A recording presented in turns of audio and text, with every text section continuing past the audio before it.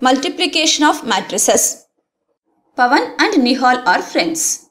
Pawan wants to buy 3 pencil boxes and 5 notebooks, while Nihal wants to buy 2 pencil boxes and 7 notebooks. Cost of 1 pencil box is 15 rupees and the cost of 1 notebook is 20 rupees. Now, how much money does each need to spend?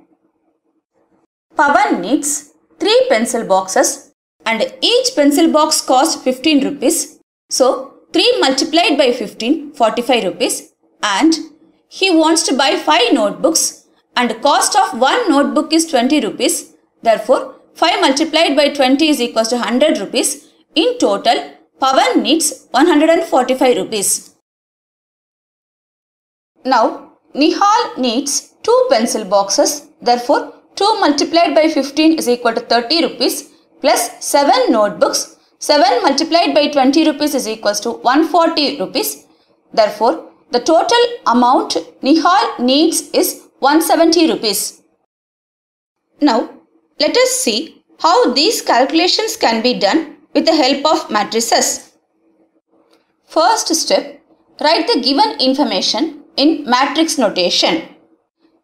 The requirement of Pawan and Nihal can be represented with the help of matrices by taking box and notebooks as columns and Pawan and Nihal as rows. Similarly, cost of each pencil and notebook can be represented with the help of 2 by 1 matrix. We calculated the money needed by each of them as 145 rupees and 170 rupees.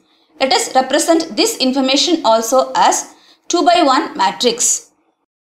We can even represent the calculations done to find out the requirement of money for 2 friends with the help of matrices. This matrix is nothing but the product of requirement matrix and price per piece matrix. Now, let us define matrix multiplication with the help of this example. Money required by Pawan, that is rupees 145, to buy 3 box and 5 notebooks is got by multiplying and adding first row of requirement matrix with first column of price per piece matrix.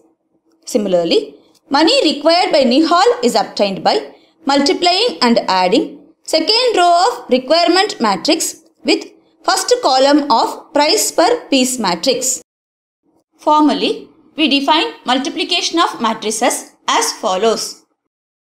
The product of 2 matrices A and B is defined if the number of columns of A is equal to the number of rows of B. Let A is equal to Aij be an m by n matrix and B is equal to Bjk be an n by p matrix. Then the product of the matrices A and B is the matrix C of order m by p. To get the ikth element of Cik of the matrix C, we take the ith row of A and kth column of B, multiply them element wise and take the sum of all these products. In other words, if A is equal to Aij of order m by n, B is equal to Bjk of order n by p, then the ith row of A is Ai1, Ai2, etc. Ain and kth column of B is B1k, B2k, etc. Bnk. Then Cik is equal to Ai1 B1k plus Ai2 B2k plus Ai3 B3k plus etc.